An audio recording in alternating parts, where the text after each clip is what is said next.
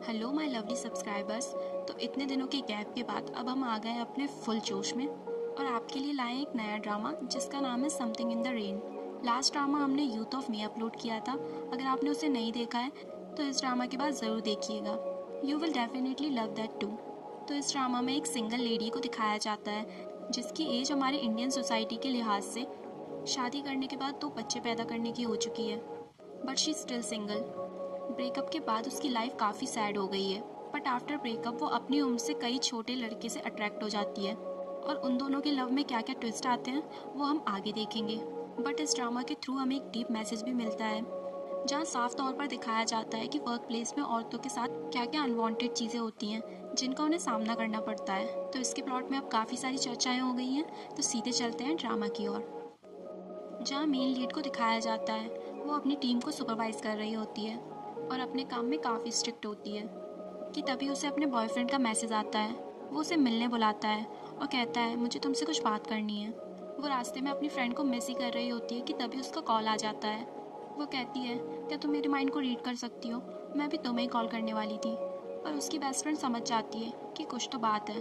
उसकी आवाज़ कुछ अलग लग रही थी। उसकी फ्रेंड उसे कॉन्फिडेंट देती है और जिसके बाद वो शॉपिंग पर चली जाती है। वो अपने लिए एक प्यारी सी ड्रेस लेती है और अपने कपड़े उसके घर पे भिजवाने को कह देती है और दूसरे ही पल उसे उसके बॉयफ्रेंड के साथ दिखाया जाता है। वो काफ़ी एक्साइटेड होकर उससे बातें कर रही थी, उसे बता रही थी कि हमारा वैलेंटाइन डे पे क्या प्लान होना चाहिए, बट उसका बॉयफ्रेंड बिल्कुल भी इंटरेस्टेड नहीं लग रहा था। जिसके बाद वो अपने बॉयफ्रेंड से डायरेक्ट पूछ लेती है क्या तुम किसी और को डेट कर रहे हो। वो उसे मना करता है। वो कहती है तो फिर ब्रेकअप किस लिए। तुम मुझे बता सकते हो क्या मैं हॉट इनफ नहीं हूँ या फिर मेरा फैशन सेंस सक्स है क्योंकि मेरे फादर रिच नहीं है। तो बताओ इनमें से क्या बात है। तुम तो जानते ही हो अब मैं कोई 20 साल की लड़की तो नहीं हूँ। जब इतना सब कुछ हो चुका है मुझे कोई तो रीज़न दो कि मैं इस ब्रेकअप को एक्सेप्ट कर सकूँ। और फिर वो अपनी चुप्पी तोड़ता है और कहता है हमारा रिलेशनशिप बिल्कुल भी एक्साइटिंग नहीं है। अब दोनों रेस्टोरेंट से बाहर आ जाते हैं। वो उसे अपनी कार से घर छोड़ने को कहता है, पर जब उसका कोई आंसर नहीं आता वो उसे टेक केयर कहकर वहाँ से निकल जाता है। फिर पीछे से आवाज़ लगाता है मैं अपने वॉलेट से पे तो कर देता पर मेरे पास अभी कैश नहीं है। वो उसे पैसे देती है और छुट्टी भी उसे ही रखने को कह देती है। जिसके बाद एंट्री होती है हमारे सेकंड मेन लीड की, जो कि अपनी पढ़ाई पूरी कर कर अभी वापस लौटा है। वो अपने नए रूम को देखकर काफ़ी खुश हो जाता है। उसे टेबल पर एक नोट मिलता है जिसमें लिखा होता है इस मैसेज को देखने के बाद तुरंत मुझे कॉल करना। ये मैसेज उसकी बड़ी बहन का होता है और यहाँ उसकी बड़ी बहन अपनी फ्रेंड को संभालने में लगी होती है। वो कहती है मैंने तो तुम्हें पहले ही सलाह दी थी, ये ड्रेस खरीदने की क्या ज़रूरत थी। वो काफ़ी ड्रिंक कर लेती है और कहती है उसने मुझे टेस्टलेस कहा। तुम्हें पता है सब मेरी ही गलती थी।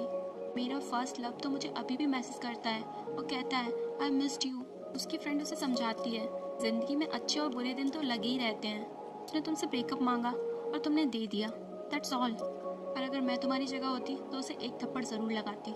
इसके बाद दोनों कैरियोके के लिए जाती हैं। ये तो हर कोरियन की जान है, चाहे वो खुश हो या दुखी वो कैरियोके ज़रूर करते हैं। उसकी फ्रेंड उसे खींचकर बाहर लाती है क्योंकि वो तो बाहर ही नहीं आना चाहती थी। और फिर क्या, दोनों ट्रैफिक डिवाइडर्स को उठाकर ज़ोर ज़ोर से गाने गाने लगती हैं।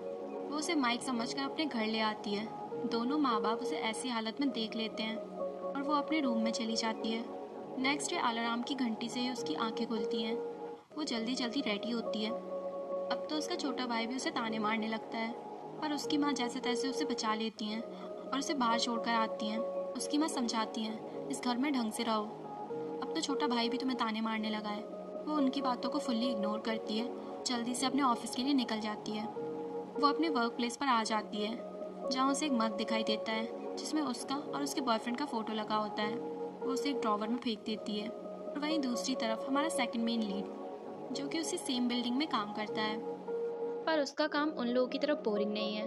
यहाँ जो भी लेट हो जाता है उस पर सभी लोग हमला बोल देते हैं, वो भी गन से, नकली गन से। तो इसी के साथ उनके काम की शुरुआत होती है। वो एक एनिमेशन कंपनी है। मीटिंग में उनका बॉस एक स्टोर के बारे में डिस्कस करता है जिसकी वर्कर कानों में इयररिंग्स पहनी होती है और वर्क टाइम पर अपना मोबाइल यूज़ कर रही थी, जो दोनों ही चीज़ें वहाँ पर अलाउ नहीं थी। उस स्टोर की सुपरवाइज़र सर से माफ़ी मांगती है। जीना उसे डिफेंड करते हुए कहती है इससे पहले मैं इस स्टोर की मैनेजर थी। वहाँ का ओनर काफ़ी चिक्की है और किसी की बात नहीं मानता। जिसके बाद उनके बॉस दोनों को फटकार लगा देते हैं। बाहर आकर वो लड़की उस पर ही भड़क जाती है। बेचारी जीना, वो तो उसकी मदद ही करना चाहती थी, पर वो उल्टा उसे ये कहकर चली जाती है, पहले तुम अपने रिलेशनशिप संभालो, तब दूसरों को बचाने की कोशिश करना। वो एक स्टोर की चेकिंग के लिए आती है, जहाँ की सेल दिन ब दिन गिरती जा रही थी। वो उसके ओनर से उसकी जानकारी लेती है, पर उसके जवाब उसे कुछ सेटिस्फाई नहीं कर पा रहे थे। और फिर क्या, वो अपना दिमाग लगाती है। वो जैसे ही उस स्टोर के कबाड़े में देखती है, उसे अपनी कंपनी की कॉफ़ी की बजाय दूसरी कंपनियों की कॉफ़ी के पैकेट्स भी दिखाई देते हैं, जिससे ये साफ जाहिर हो जाता है कि वो उनकी कंपनी की जगह किसी दूसरी कंपनी की कॉफ़ी भी अपने स्टोर में सेल कर रहा है। पर जब ये सच उसके सामने आ जाता है, तो वो इतना गुस्सा हो जाता है कि सारे कार्टून उसके ऊपर फेंक कर चला जाता है। वो वहाँ से निकलती है और अपने हाथ में बैंडेज लगाकर कुछ खाने ही लगती है कि फिर से उसका फ़ोन बजने लगता है। उसे ऑफिस इमीडिएटली बुलाया जाता है। चलते चलते उसके पैर में काफ़ी दर्द होने लग जाता है। वो रुककर अपनी हील्स में से अपने पैर बाहर निकालती है और तभी उसे साइकिल पर कोई जाना पहचाना नजर आता है। उसे लगता है उसकी आंखों का वहम होगा, पर वो फिर लौट कर आता है और वो समझ जाती है। वो कहती है, मुझे पता था, वो तुम ही थे, मेरी आंखें धोखा नहीं खा सकती। और उसके चेहरे पर स्माइल आ जाती है। और नेक्स्ट सीन में दोनों को एक कैफ़े में दिखाया जाता है। वो कहती है, इधर उधर क्या देख रहे हो, कोई पसंद आई क्या? वो उसे कहता है, अनफॉर्चुनेटली मेरी तो अभी भी नंबर 1 तुम ही हो। वो हंसने लगती है और कहती है, अगर तुम मेरे बेस्ट फ्रेंड के भाई नहीं होते तो अब तक मैं तुम्हें मार चुकी होती। दोनों खूब सारी बातें करते हैं। वो पूछती है, तुम यहाँ कब लौटे? तुम्हारी बहन ने तुम्हारे लिए रूम ढूंढने में कितनी मेहनत की है। वो चाहती थी तुम्हें बेस्ट प्लेस मिले। अब ये तुम्हारा टर्न है, शो सम लव। वो कहता है, मैंने अभी तक उन्हें नहीं बताया कि मैं यहाँ आ चुका हूँ। अगर उन्हें पता चल जाएगा तो वो पागल हो जाएंगी और मेरे लिए खूब सारा खाना बना देंगी।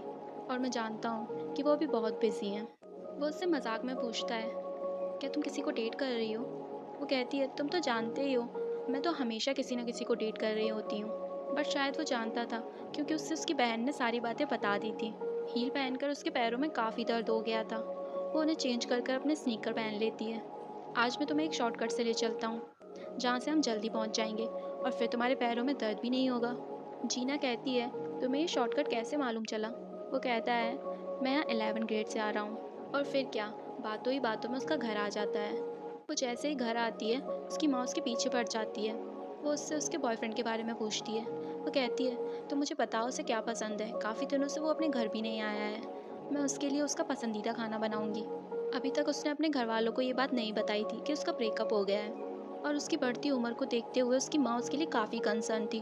वो चाहती थी कि जल्द से जल्द उसकी शादी हो जाए। उसे काफ़ी मनाने की कोशिश भी करती है। वो उसे कहती है, उसकी फैमिली काफ़ी रिच है, तुम उसके साथ शादी कर लो। पर जीना उन्हें कहती है, हम किसी और दिन बात करेंगे। नेक्स्ट डे ऑफिस में जैसे ही लंच का टाइम होता है, सारी लड़कियां वहाँ से भागने लगती हैं, अपने सीनियर से बचकर। उन्हें ज़बरदस्ती अपने साथ खाने पर ले जाते थे, जिसमें उन लड़कियों को बिल्कुल भी इंटरेस्ट नहीं था, फिर भी उन्हें जाना पड़ता था। आखिर में बचती है जीना और उसकी एक फ्रेंड। दोनों को ना चाहते हुए भी उनके साथ जाना पड़ता है। वहाँ के सीनियर्स अपनी फीमेल स्टाफ के साथ ठीक से बिहेव नहीं करते। वो हर बार की तरह इस बार भी अपनी फीमेल स्टाफ के साथ काफ़ी चीप बिहेव करते हैं। नेक्स्ट डे वो फिर अपने काम में जुट जाती हैं। उसकी बेस्ट फ्रेंड उसे मैसेज करती है कि तुम्हारा बॉयफ्रेंड एक साथ दो दो लड़कियों को डेट कर रहा है। वो इंस्टाग्राम पर उसकी सारी पोस्ट देखता है, जहाँ उसका बॉयफ्रेंड उस लड़की को हर उस जगह पर ले गया था जहाँ कभी जीना ने जाने को कहा था। ये सब देखकर उसका दिमाग खराब हो जाता है। वहीं पर एक करंट पोस्ट भी था। वो उसे गौर से देखती है और समझ जाती है कि वो किस रेस्टोरेंट में है, पर वो उसे अपनी आंखों से देखना चाहती थी। वो उस रेस्टोरेंट के बाहर पहुंच जाती है और सामने होता है उसका बॉयफ्रेंड। वो रिसेप्शन पर जाकर उसकी कार की चाबी मांगती है। क्योंकि उसे उसकी कार का नंबर अच्छे से याद होता है, वो आदमी उसे कार की चाबियां दे देता है।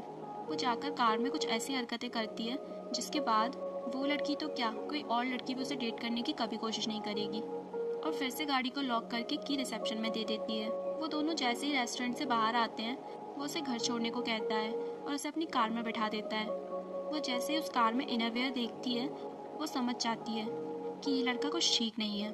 कार के अंदर एंटर होते ही वो उस पर भड़क जाती है और उसे काफ़ी बुरा भला सुनाती है। वो उसे बुढ़ा खूबसट भी कहती है और शायद अब उसे एहसास हुआ होगा कि जब कोई किसी को डम करता है तो कैसा लगता है।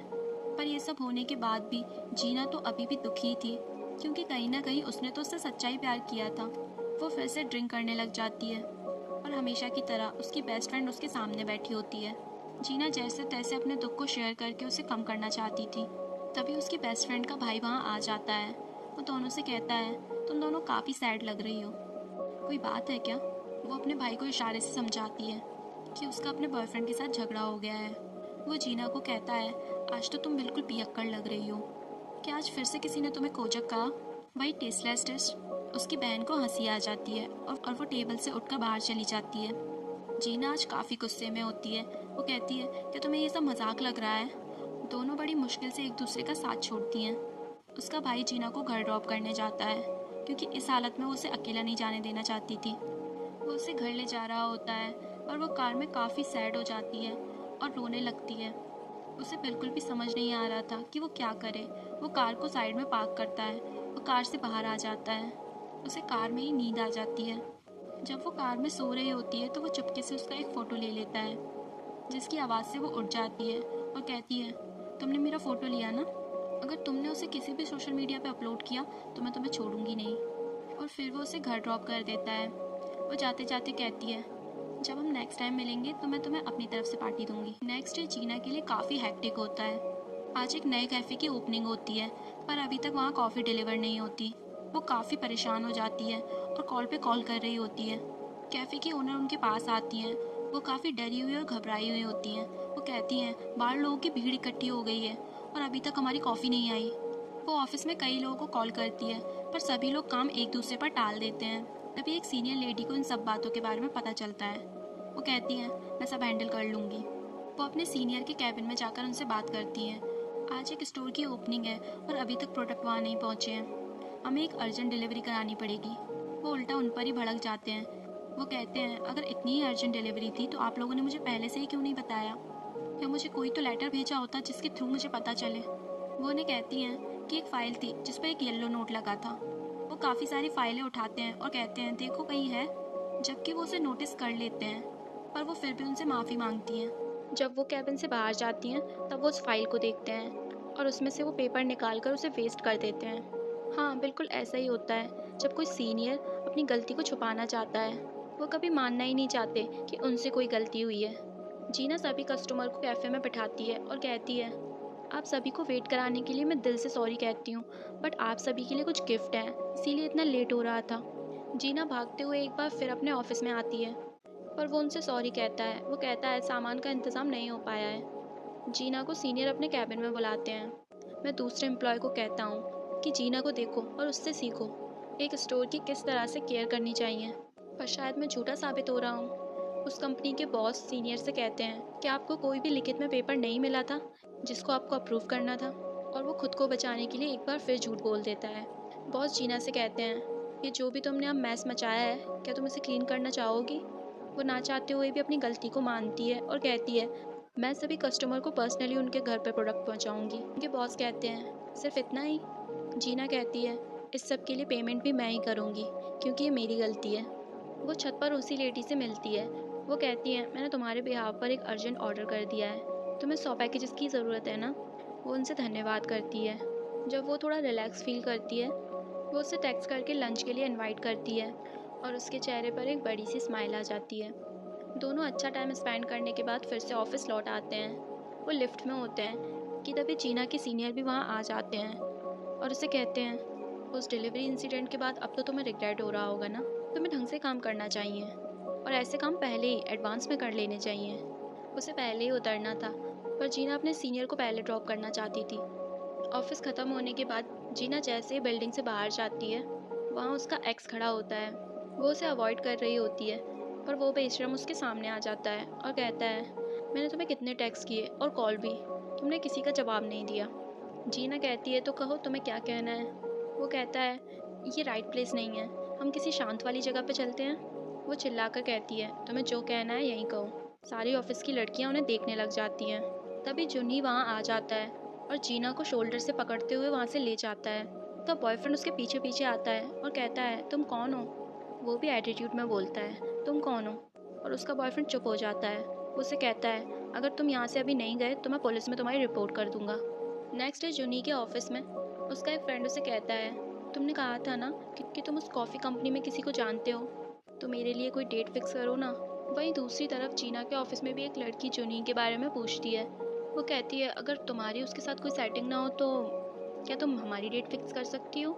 जीना जब आदमियों के साथ होती है तो सारी लड़कियां उसकी बिचिंग करती हैं। वो कहती हैं सारे लड़कों को जीना ही पसंद है। डिनर खत्म होने के बाद एक लड़कियां भागने लग जाती हैं क्योंकि इसके बाद भी उन लोगों की हद खत्म नहीं होती। वो किसी न किसी के साथ कैब शेयर करने को कहते हैं, पर जीना इस बार उनके साथ नहीं जाना चाहती थी। वो कहती है मेरा बॉयफ्रेंड है और मैं उसी के साथ घर जाऊंगी। ऑफिस में एंटर होते ही उसे जुनी मिल जाता है। वो कहता है क्या तुम नाइट टाइम भी कर रही हो। वो कहती है नहीं, आज मुझे काम ज़्यादा है इसलिए मैं यहीं रुकने वाली हूँ। वो उससे पूछती है तुम कहाँ जा रहे हो। जुनी कहता है कि शायद मैं दोस्तों के साथ क्लब जाऊँगा। जीना को ऐसा लगता है मानो वो बूढ़ी हो गई हो। वो कहती थी हमारे भी दिन थे जब हम क्लब जाया करते थे। तभी उसकी फ्रेंड का वहाँ कॉल आ जाता है। वो कॉल में बिजी हो जाता है और जीना उसे बाय कह के वहाँ से चली जाती है। उसे काफ़ी सारे बॉक्सेस पैक करने थे और उन्हीं कस्टमर को सेंड करना था जिन्होंने उस दिन वेट किया था। जुनी का भी यहाँ मन नहीं लगता। वो जीना के ऑफिस आ जाता है और वहाँ जीना अपने ऑफिस को क्लब बनाकर धूम धड़ाका कर रही थी। जुनी उसे इस तरह से डांस करता देख काफ़ी खुश होता है और इसी तरह हमारा ये एपिसोड यहीं पर ख़त्म हो जाता है।